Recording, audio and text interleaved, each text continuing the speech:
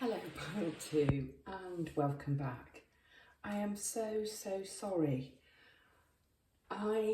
It's now the following day, it's now Sunday morning.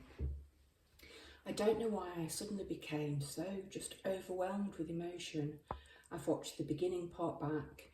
It was something about the Wings card from number 1's reading which just touched me so much.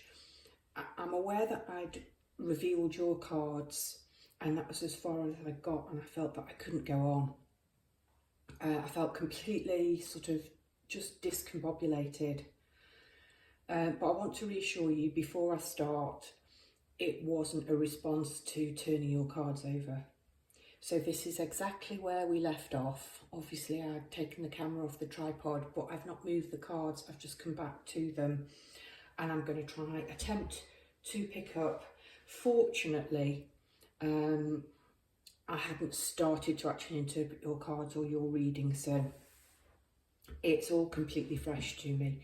But apologies, I'm so sorry that happened. Okay, let's have a look at your cards.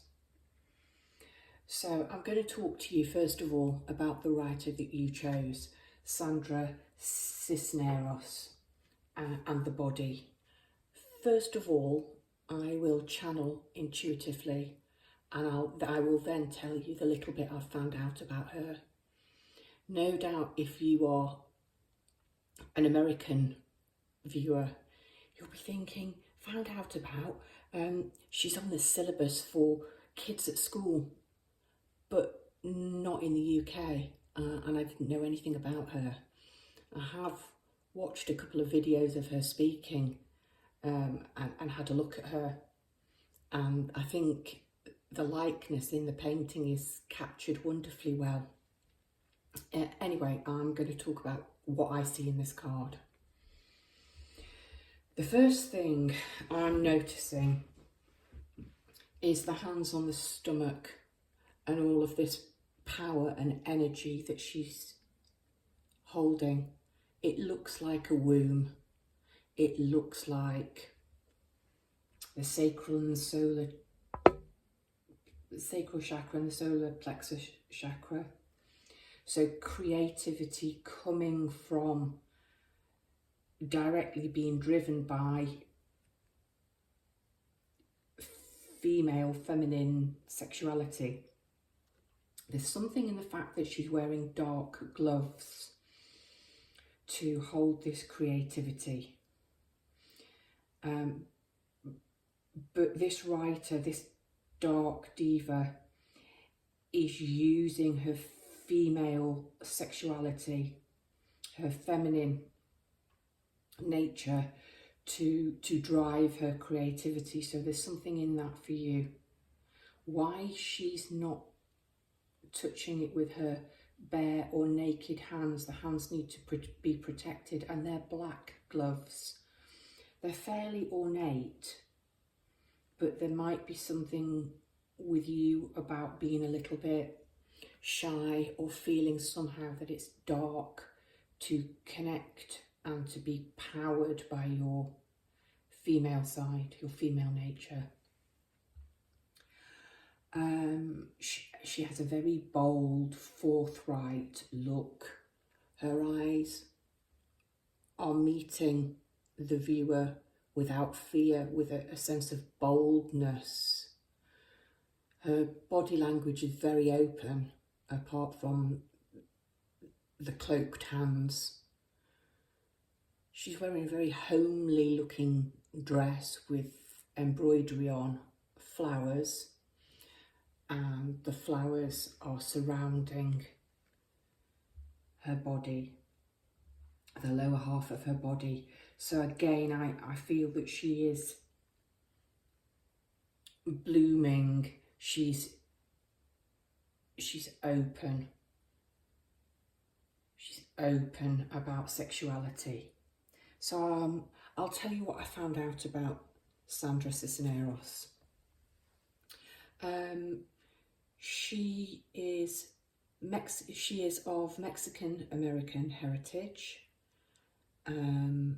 She was born in 1954. She's still alive. She started to produce her body of work in 1980, and her writing focuses on, according to a quick Wikipedia search, on healthy sexuality and both the richness and the misogyny of the Mexican American culture that she grew up in. She is a novelist and she is a poet. So this is Sandra, and I'm going to call her by her first name because I felt so called to in the first pile. As I have mentioned several times, I am an English teacher, and I do say to my students, you can't, you don't call them William or Emily, it's Shakespeare, it's Bronte, but very strongly, I don't want to use the surname for the females. I want to use the first name. So that's me channeling Sandra, and the watchword is the body. So given the fact that we are being drawn to the sun and this orange egg with a seed, I think this is quite a heavy focus on sexuality and your dark diva wanting you to actually, I feel like there might be some taboo with you around being driven by your creativity, that orange and that yellow solar plexus. Okay, the first tool you have is the apple. There's so many ideas associated with an apple. So first of all, it's healthy. An apple a day keeps the doctor away. But it's also Eve eating of the apple and sin. And that's what I'm getting here. There's somehow you feel there's something sinful about creativity, or stepping into using your female creativity and perhaps allowing sensuality to drive your creativity. You might have blocks within your sacral or your solar plexus. You might very well benefit from working on these areas using orange and yellow crystals, or even seeing a Reiki practitioner. Your other symbol is the volcano, and this volcano is erupting. And I feel very much, given the fact that you have a tower which is erupting and blowing apart, something very much about oranges and yellows and fiery passion, and not tamping this down, because the more you shove it down, the more it's going to blow. It may have blown in the past. You may be frightened of your passions, you may be frightened of your temper and the incredibly strong feelings that can overwhelm you. I'm going to reference school again, and this is just this second popped into my head. I did some counselling with students about working around feelings and anger management once, many years ago.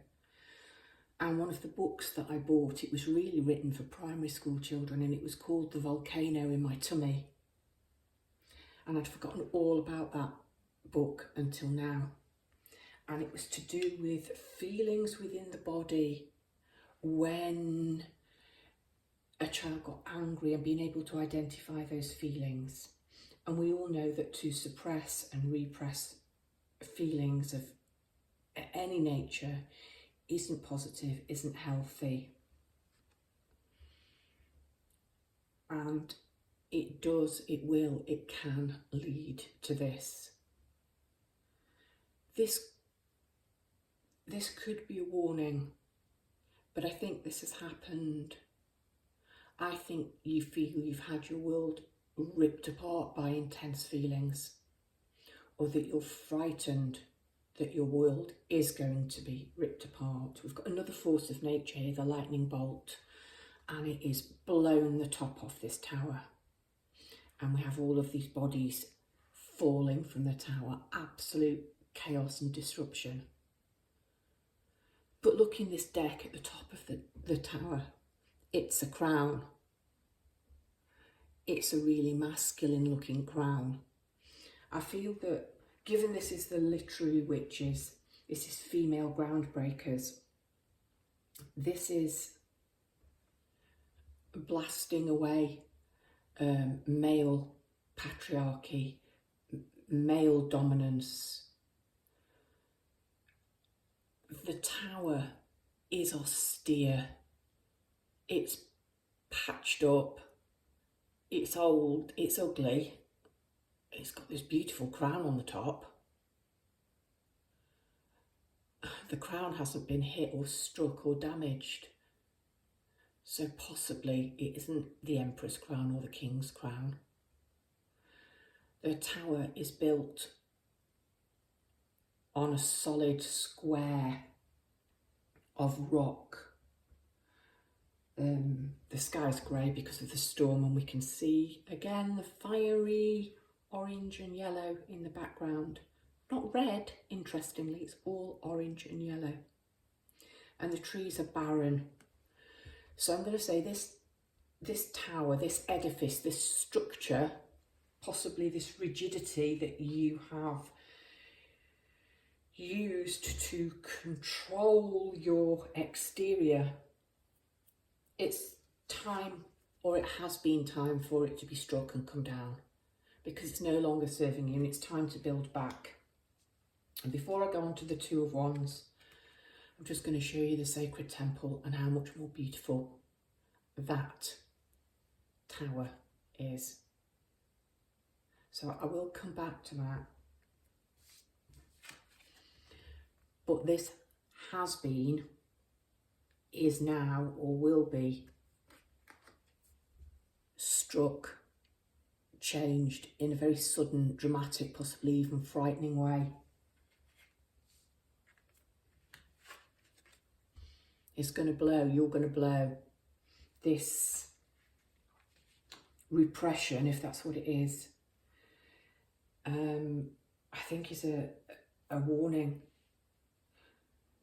It's a warning if it hasn't happened, and if it has happened and you're in the midst of it, or you're in the aftermath of this chaos, this is what's coming. The sacred temple, sacred, sacral. Okay, it's a harmony, and it's a blending, and it's reaching peace.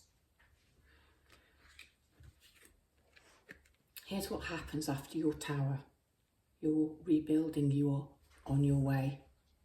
We've got a man with his travelling cloak on, with one wand in his hand, which is blooming, one wand, which is usually supported in some way against him. He's holding a globe. It is the world. He is looking out here. It appears to be at an estuary, a mouth of a river leading to the sea. I call it its I'm on my way card. He has a travelling companion of a cat sat on the wall alongside him, looking out. So you're not alone, and cats are symbols of independence and feline, feminine energy. I don't know if the camera will pick this up, but the wall and the concrete that he's standing on here is crumbling, and I've never noticed that before.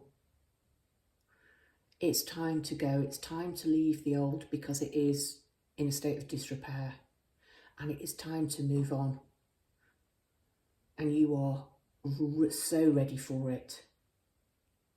Yeah, you've got your travelling coat on, you've got your hat with your jaunty feather on, and you are prepared and ready now to go and explore the big wide world. There's such a sense of adventure about this card in any deck, but particularly in this card. Old structures are not serving you.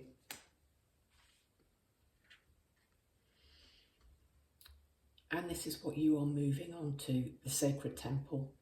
This was the first card that I noticed in this deck. It was the card that I was immediately attracted to, and sometimes I will pull this card out and just look at it because I think it's utterly beautiful. It's romantic, it's castles in the sky, it's peace. Well, I'm going to read what the book says about this card because I think it will perhaps do it better justice than me. But it is the Five of Spirit. 5 is a number of change. It's from the Spirit, I can't really call it a suit, but it's from the Spirit section of this oracle. This is to do with where all of this is leading to.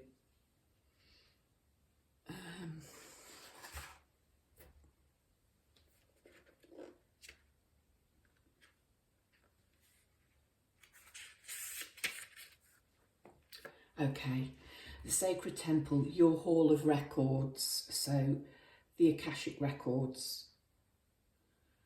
This card unveils your ultimate place of power and inspiration. The Sacred Temple is the seat of your soul and is always available to you as a source of peace, balance and connection to spirit. You can access this wonderful place by meditating on your own heart centre. Receiving this card upright is telling you it's time to do so. You are at a point in your life and in your personal power where you are able to open this holy vault and connect with the unlimited information contained therein. Whatever project you may be working on, whatever type of information you need, whether personal, spiritual, financial, medical, artistic, scientific, or any other topic, the answers you seek are available to you now through the Akashic Records. When you connect with this powerful spiritual source, you will find all of the avenues of your life opening up with possibility. This card is telling you that you are ready, so take the time to enter the temple. Meditate, trust and believe. You will be amazed at the important energy and information you find there. Interesting that I see this as a place of peace and gentleness, but the book refers to it as a source of power, that it's a much more healthy source of power than the volcano. Finally, the last card in your dark Diva reading and how you can harness dark energy. And I don't think this is dark energy, but you might do. It's coming to terms with all of this so that you can travel and move forward and transform this broken down old tower to this wonderfully romantic, beautiful piece of architecture. I know where I'd rather live. Okay, this is the wild card. Oh, glove. I talked about her and her black gloves. Thank you, it's brought me back to. All right, okay, black gloves, I'm getting black gloves. Funeral, there's something dark about this. Why is she wearing dark gloves when she's cradling her source of her sacral chakra? And why have we got glove again? And why is it now changed to a white glove?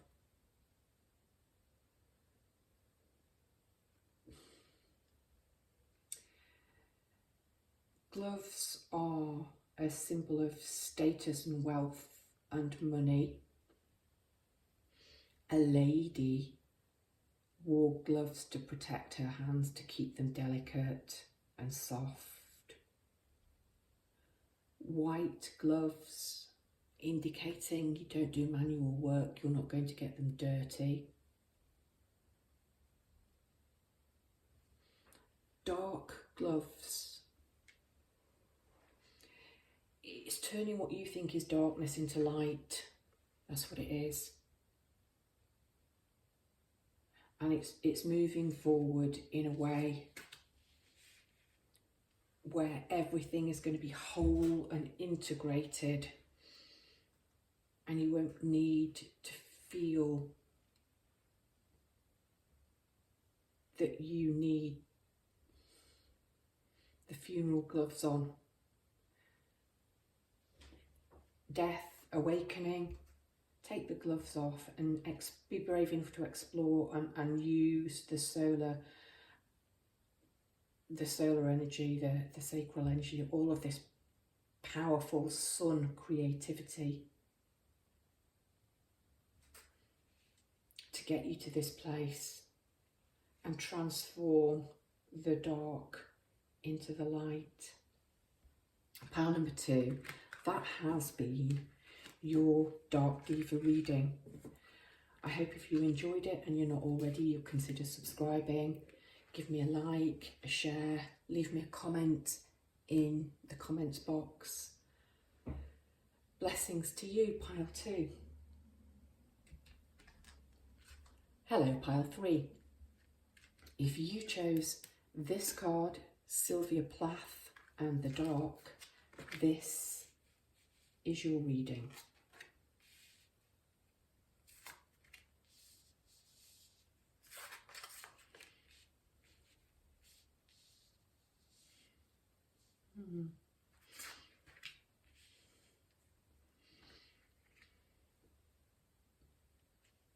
Okay. I'm going to, first of all, read the card intuitively, then I'm going to tell you what I know about Sylvia Plath. I'm drawn to her dress, skirt of her dress, being composed of veins, roots,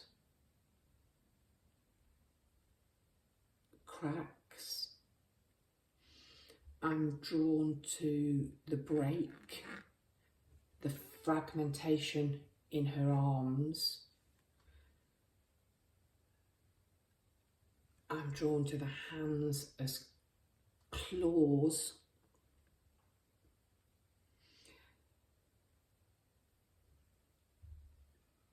The intense gaze of the eyes, and there's a focus between the eyes and what she's birthing, creating, manifesting from this bowl, from this cup. It's a vision. It's the dark. It's a dark vision. I think this is about harnessing dark visions and creations and using them to manifest with. This looks a little bit like the sign of protection from the evil eye. It's austere. Her face is very dark under the eyes, very, very haunted in the dark. Okay, so Sylvia Plath, forgive my ignorant Englishness. I do know Sylvia Plath. I do know that she was married to Ted Hughes, who was an English poet. I think he was a poet laureate. It wasn't a happy marriage. And she took her own life at 30. She put her head in a gas oven. So she channeled her intensity, her fury. She was sort of driven by her anger. It is a card of darkness, it is a card of depression, and she wrote about openly her struggle with depression. I know the bell jar, I remember reading it. I think I've read it several times. I don't see the connection between this bowl and this eye. Perhaps it's referring to something else. Perhaps the imagery is referring to another novel, but I can't see that. Okay, so if you were drawn to Sylvie Plath and the dark, what is this dark diva here to tell you? So let's have a look at the two cards which come from the same deck, and these are the tools. So the first card is Elixir. So I'm looking at this and several ways of reading it. First of all, as a medicine used for healing, and it does have a flower on the bottle. It's been poured into a very delicate goblet, but there's a little ghost popping out. So possibly something to do with calming the nerves, needing a tonic, or self-medicating, you know, a couple of glasses of wine or whatever. There's also connections to magic, of course, and magic elixirs and magic potions. And the final one is poison and toxicity.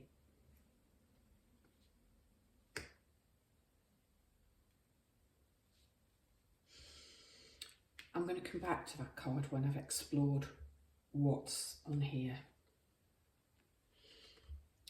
You have boar, so it connects with the wild ferociousness. Where I live in France, the boars, the sangliers, are particularly fierce when they have their young, and lots of people I know have had encounters where whilst they're out dog walking and inadvertently they must be somewhere near where the boar sow has her babies, and they will charge and they will be aggressive and they will attack at night, charging into cars, etc. My fireplace has symbols, carvings of boars all over it. So I'm going to read this as female since it seems I've been called to talk about the mothers and how protective the mothers are over their children. And link back to while Ted Hughes was out philandering and receiving sort of success and acclaim and being very male, she was at home with the children and trying to harness her dark creativity in her writing. So something about harnessing fierce female energy and power here, and I'm gonna say transforming it to magic, transforming it, turning it into something healing and healthy, something that's a tonic. And what helps me come to that interpretation of this card in this reading is these two pages and the order, and then you have great gratitude. Pages are fresh new energy, they are youths. You can quite clearly see, and I will hold these up to the camera anyway, these are very young. So Page of Sword is fast action, swift action, change, messages coming in. He is chopping away. He's prepared to go into battle. So you've got your boar here.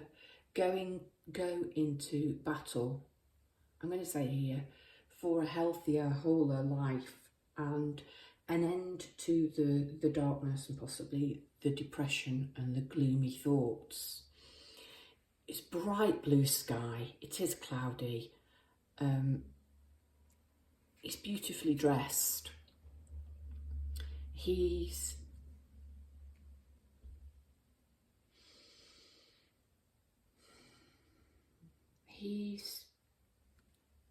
there's some message, something is coming in to assist you in transforming.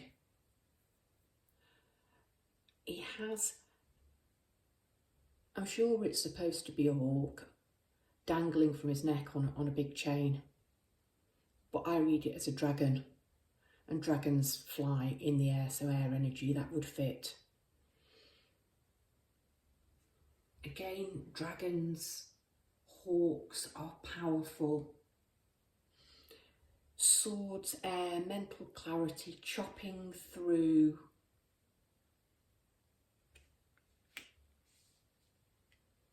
chopping out the old dead wood, a clearing away of the darkness, so that the Page of Wands energy, fire energy, can emerge. Look at the joy and enthusiasm on this page's face as he's on his journey. He's got a beautiful ginger cat confidently walking with him. He's so excited and happy. I'm here, hello world. I've emerged from this darkness.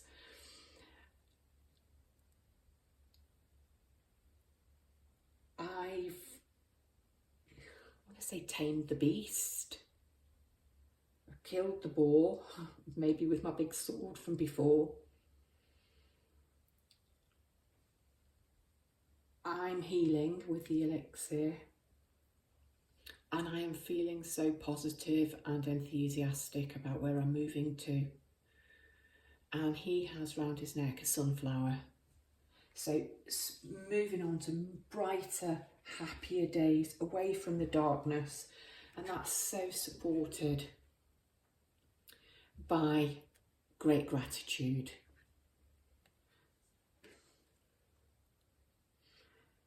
I think the gift of this dark diva, the gift of Sylvia, is she wants you to acknowledge that your ferocity and your female aggression and power has served its purpose. And you are now moving on to a much more healed, healthy place that will feel like a tonic, a breath of fresh air, new, starting again, positive, optimistic energy. And you have this card and it's just so beautiful, great gratitude. And this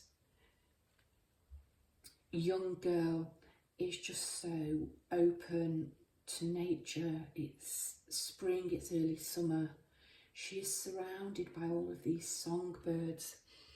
In her hands, she's cradling some baby, I don't know what they are, but I'm going to call them thrushes. We've got all kinds of birds on here with bright plumage. She's got robins, robin redbreasts, one perched on her shoulder. Robins, for me, are a sign of passed over loved ones, and it's a very personal sign for me that spirit's near. We have spring blossom, just a sense of rebirth and bright new energy after possibly a very, very dark period in your life where you have felt you've had to be on guard and fight and be aggressive and be fierce. It's okay. It's okay. You've used that sword now. That it's chopped, it's gone away. Healed, whole, and healthy. Final card, the wild card. Mushrooms. And it was upside down. It came out upside down. I'm laughing. Oh dear. Mushrooms grow in the dark. They appear overnight. Fungus, you know. Magic mushrooms. That's the way I'm going to read these, okay? Because they emerge so magically. They pop up out of the dark. It's a sign of peace. Everything that's been growing, that's been seeded in the darkness, oof, overnight suddenly here they are. And mushrooms and their links to health and health benefit and actually healing the planet. So much healing. Yeah, so much healing and peace in this reading after a really, really dark time. Nothing but positivity. I feel like there's something I'm missing with the mushroom. Links to toadstools and magic and fairies. And I was talking about the magic potion. So an additional message is, I said that the Page of Swords was a messenger. Get ready for a very magical, what will feel to you like a magical wish being granted. Some special bit of magic, and you've got the dragon there.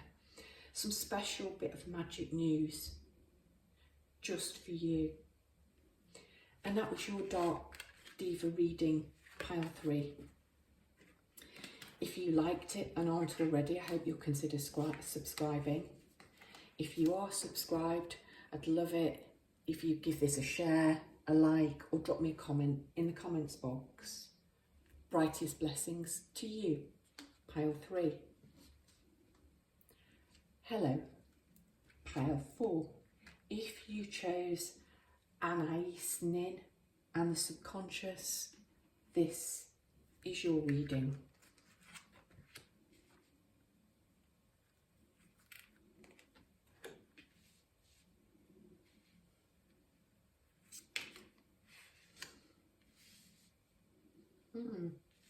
Why did you switch? Okay, don't know yet, but let's see.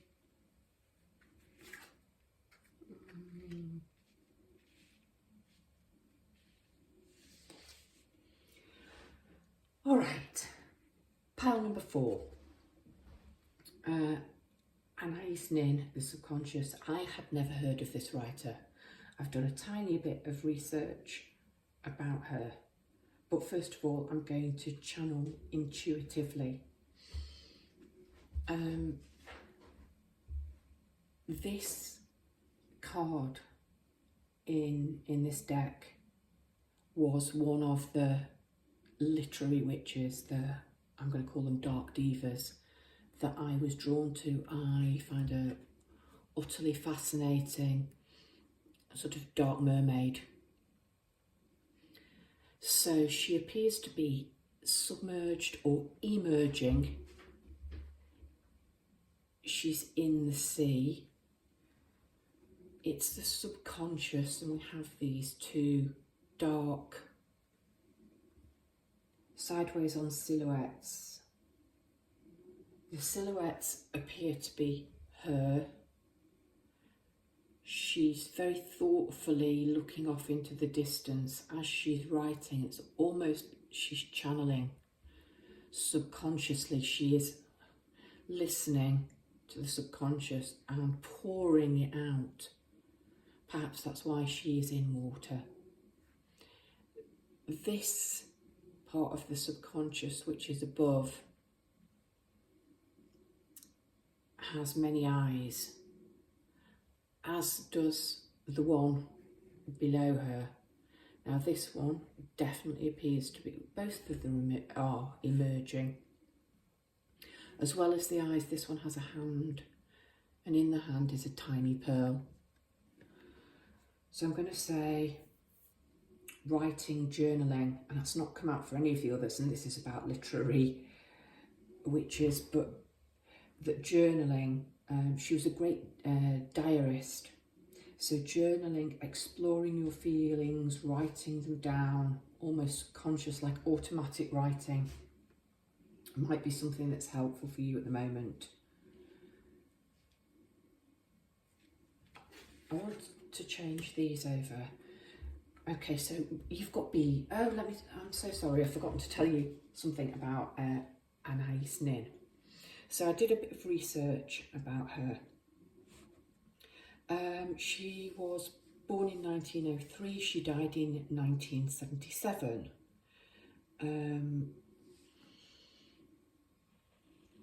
She was born to Cuban parents in France, and she was raised both in Europe and in France. As a young bride, she married in the States, she married an American. I think her husband was a banker. They moved to France, to Paris.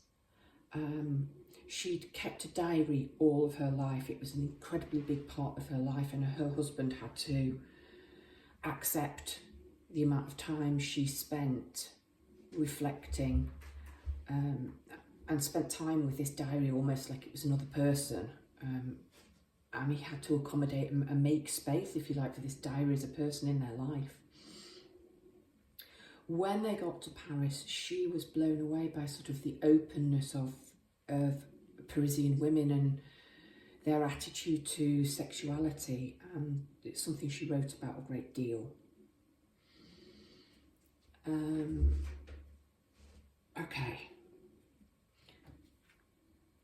The bees. Bees are a symbol of harmony and community and working together.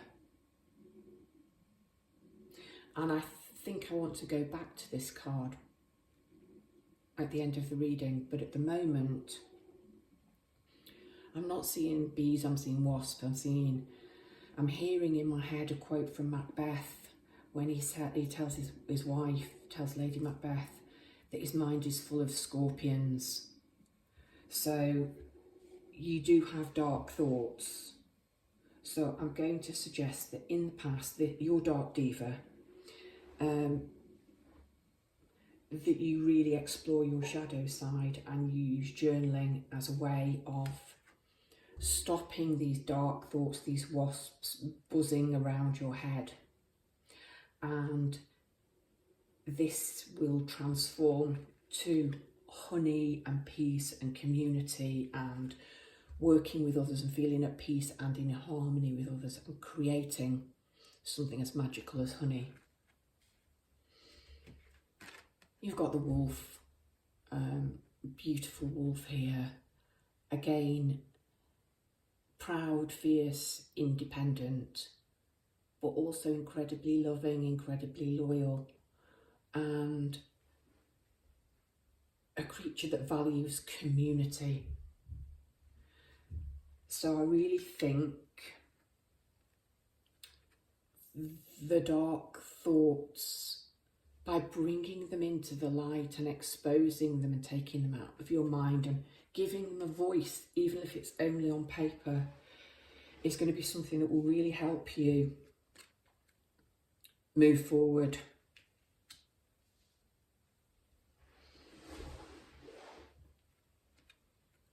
The Eight of Pentacles is a card of hard work and perfecting your craft. And your craft might very well be writing,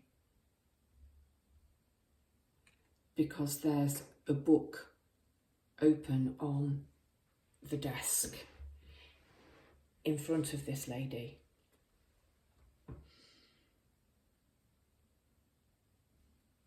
She's burning the midnight oil in terms of she's working by candlelight. She has another protective animal, the raven, perched on her chair. And she's incredibly focused on her craft. She's polishing her pentacles. It's the suit of earth, and you've got the Knight of Pentacles.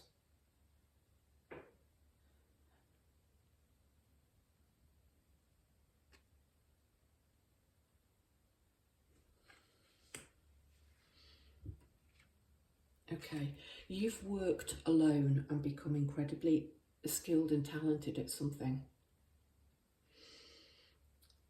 And it's now time to move on and share that with the bee community. I think that's what the Raven's trying to tell you here. It's okay to look up from the pentacles and the hard work. And the page, I want him here, heading to tell you money is coming in, support, resources, abundance is coming in. You don't have to be alone and in your head anymore.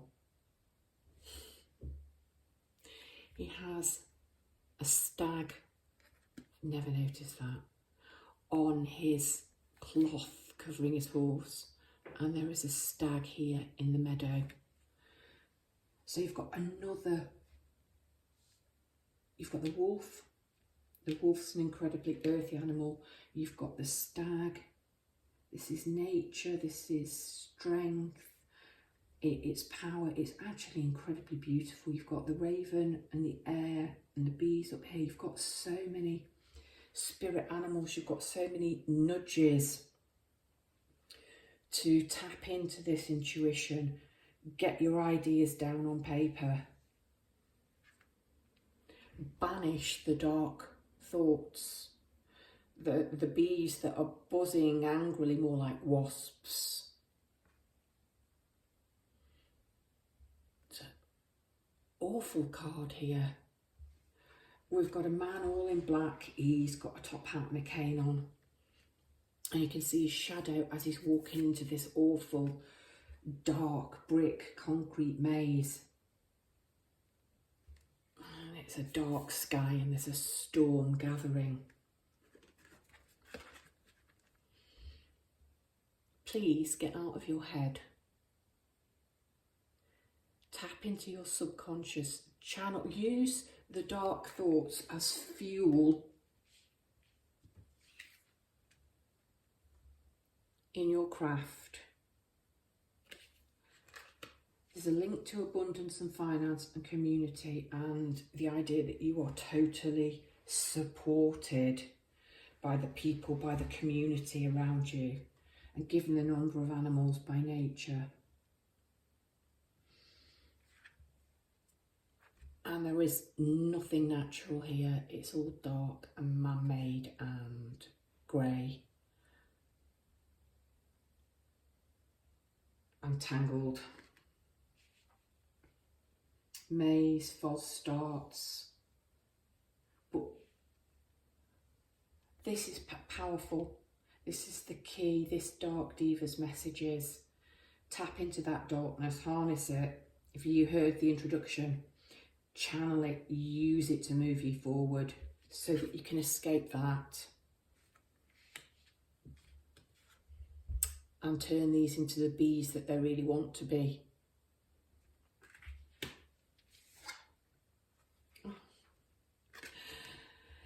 The wild card is wildflowers, the bees. Yeah.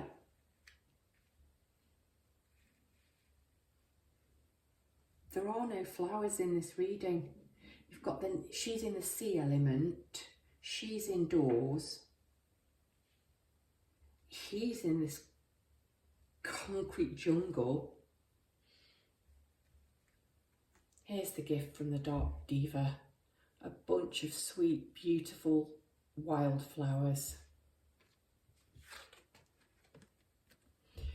for you and your lovely bee community to use, to make honey, to make life sweeter and the world a better place.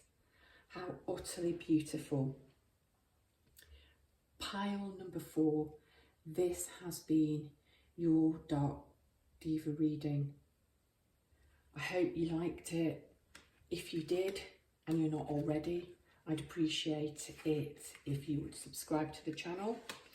I'd certainly appreciate a like, a share and a comment if you feel so called, in the comment box. This is your dark diva. Brightest blessings to you, pile number 4.